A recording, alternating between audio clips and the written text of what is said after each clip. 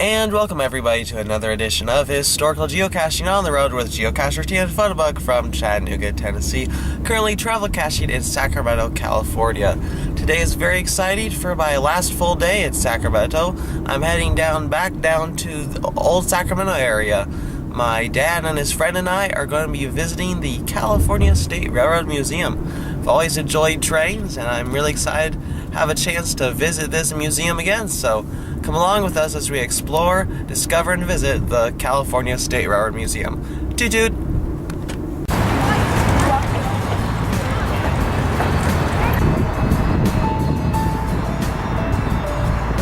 Okay folks, we are now in the California State Railroad Museum. Check this out!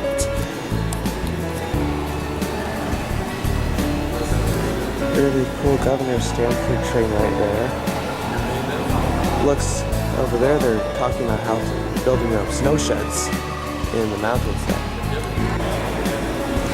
Very impressive locomotive here.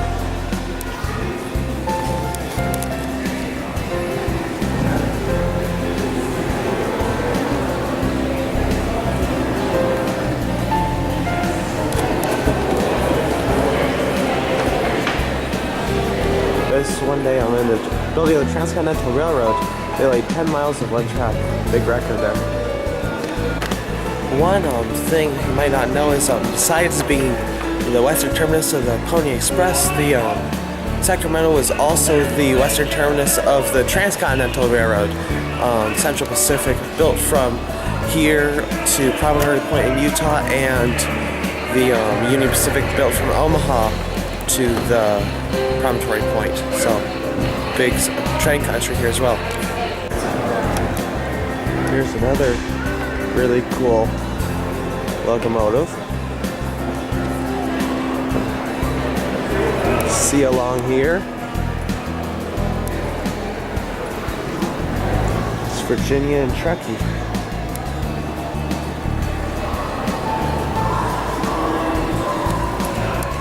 We also see there's a other train car right here, Monterey and Salinas Valley, I believe. And here it's pulled by another locomotive. Let's check it out. It says something about North Pacific Coast. The Sonoma locomotive. Really beautiful train here.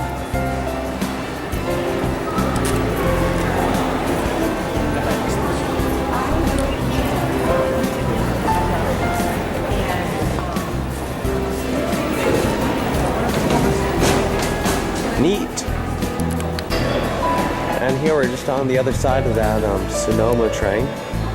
Talks exhibit about California, kind of mission style here. All sorts of cool pictures from way back when. And there's also a train car right here. And we'll see if we can try to go into. See what we'll do.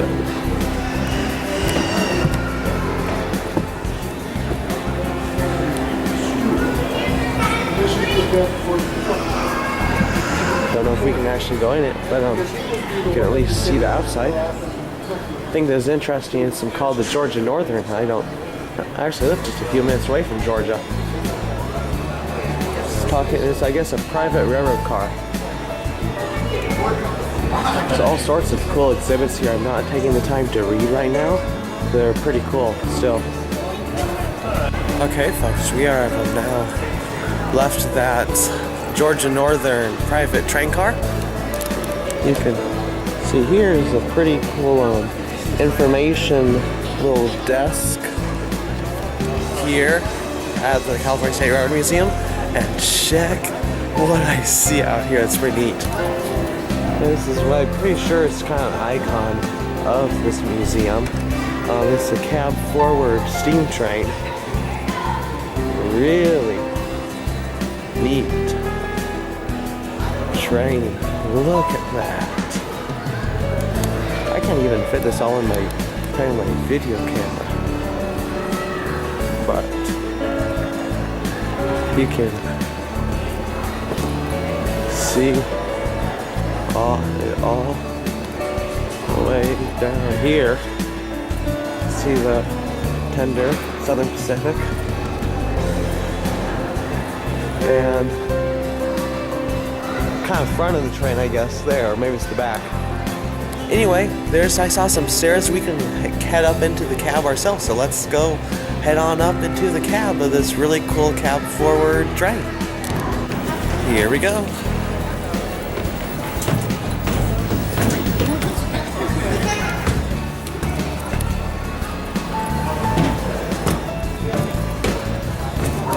Okay, let's go, folks. It's scary. It's huge. It's incredible. Well, think about this in days prior to safety regulations here in the United States, OSHA, the Occupational Safety and Hazard Act. Think about this, in the 20s and the 50s when these things were being built. So the secretary in the That's office, really cool in here. Well, the very nice staff member in the cab just told us a bunch of cool information about this engine. It's a cab forward 12 engine built by the Baldwin Locomotive Works in 1944 and served until 1956. Its main job was to carry 80 to 100 freight cars across the Sierra Nevadas, which is a really big job with all the steepness of the mountains. Not surprisingly, this is the only such engine left in existence today, so quite an opportunity. Now when I'm really dehydrated, more out. See in there. Really cool stuff. A neat, really cool Southern Pacific Lines circle logo there.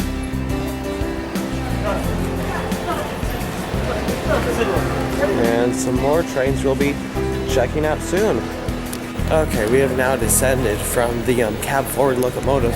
Still think it's pretty awesome. Look at that. Awesomeness. Now here's a kind of an icon of the museum. The C.P. Huntington steam locomotive. Unfortunately, it's kind of bad lighting. Let me see if I can move to get better lighting. Per what I have known, this was one of the very first locomotives delivered to the Central Pacific for operation back in the 1800s. Yeah, purchased by the CP in 1864. Really cool here. Okay. Now, after that turn, which is probably set you spinning in circles, let's check out. I'm going down here by the cab forward again, but there's another locomotive I want to show you. Let's check this one out. As you can see it's an Empire locomotive. Another very pretty train down here.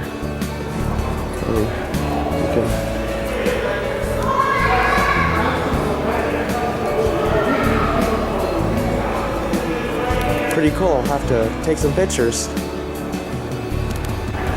Okay, folks, I'm still down here by the cab forward locomotive at the opposite end. Just found some really cool pictures and a plaque I want to show you. First of all, this is what it used to look like when they first got in like 1958. Not like it looks like today. Number 4294. Let's read the historical marker. National Historic Mechanical Engineering Landmark. Oh, that's a mouthful. A representative articulated steam locomotive. The articulated wheel-based steam locomotive represents the final phase of steam locomotive development in size and power. The cabin front feature was widely used by the Southern Pacific Railroad beginning in 1909 to alleviate smoke and heat problems for locomotive personnel en route through tunnels and snow sheds. This locomotive, built by Baldwin Locomotive Works, operated between 1944 and 1956 before being displaced by the diesel-electric locomotive. This done by the American Society of Mechanical Engineers in 1981. Well, that's pretty cool. Now, over here, first let me show you the end of this locomotive. Even the end itself is pretty cool. Here is a picture of the Promontory Point celebration when the Central Pacific and Union Pacific met in North Salt Lake City, Utah, and finally finished the Transcontinental Railroad. And here's a painting of the same event. But this here is what's known as the Lost Spike. See, there's a very famous, the last spike was a gold spike cast in the celebration ceremonies of the Transcontinental Railroad being completed, and then it was donated to I think Stanford University or some place to keep it safe, and that place still has it. But evidently there was two spikes cast at the same time, one that was actually used in the ceremony and one that was not. And like over 100 years later, this second lost spike came out of oblivion, and the family who had owned it ended up donating it to the museum. This museum, and so they have it. And that's why I just showed you the lost spike. So that's kind of a cool connection to history you don't hear about a lot. And here we are at the number 2467 steam engine that ran about 60 miles an hour from Sparks, Nevada to Ogden, Utah, quite a lot in the 1920s. This 462 Pacific type locomotive, I believe,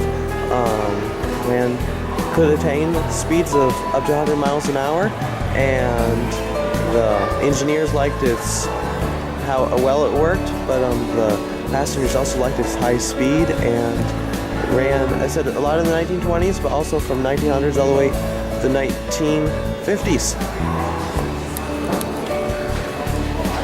Now we're just gonna go exploring. Oh, look at this. Other side of this Pacific locomotive. Check this out. Awesomeness. Down there. Over here you see an older Amtrak steam locomotive, or a diesel locomotive. See there?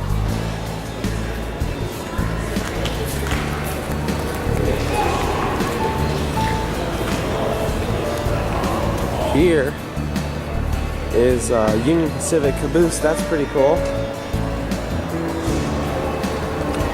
And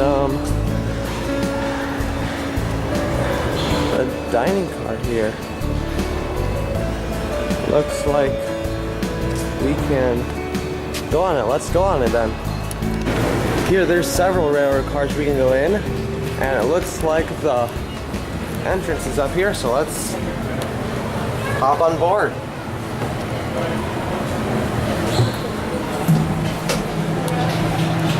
Oh wow. Looks like this is a little cramped.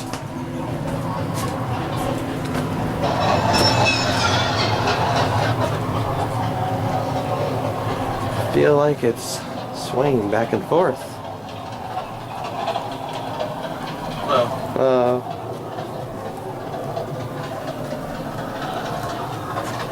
It's like this is a sleeping car. I have to watch my balance.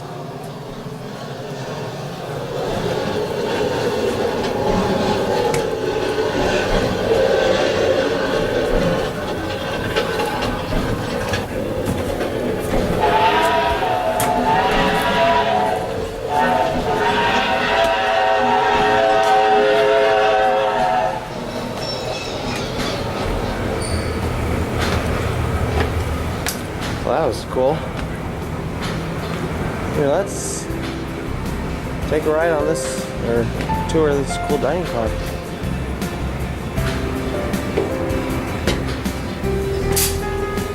Looks like that's the kitchen in there. Again, wow, how creative and refined this stuff is.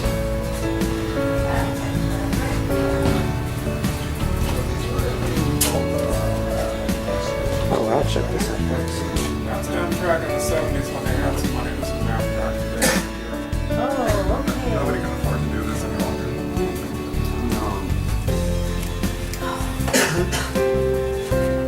Plastic. Now, certain lines use railware that came out from California, so Oakland to Chicago.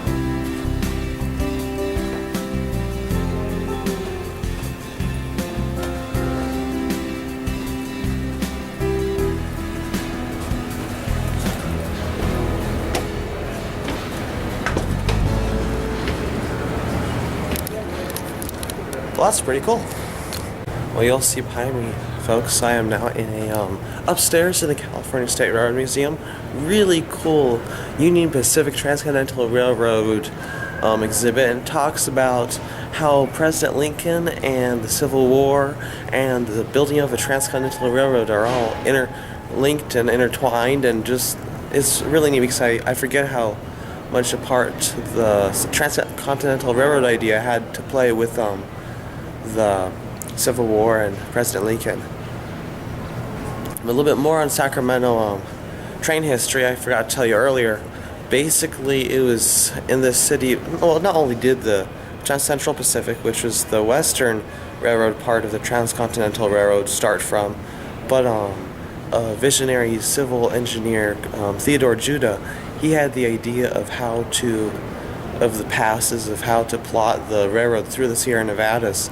And he convinced some politicians, which some of them became known as the Big Four, to finance this, and they were here in Sacramento as well. But just, as I said, some really cool train history. I'm really enjoying this exhibit and this whole museum. Here's some pretty cool narrow gauge railroad stuff here.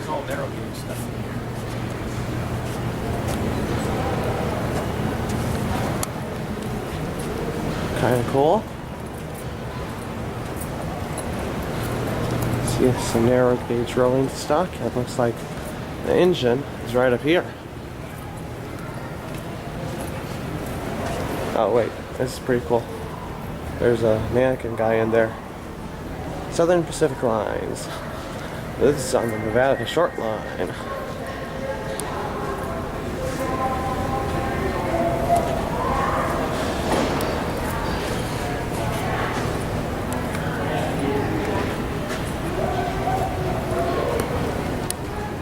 Well, that's pretty cool right there. Well, I hope you've really enjoyed this video of the California State Railroad Museum. I know that I have. It's been fun to see all the locomotives again. Hope you enjoyed it just as much as I enjoyed filming it. Be sure to check out more of my historical geocaching videos at www.youtube.com/tnphotobug.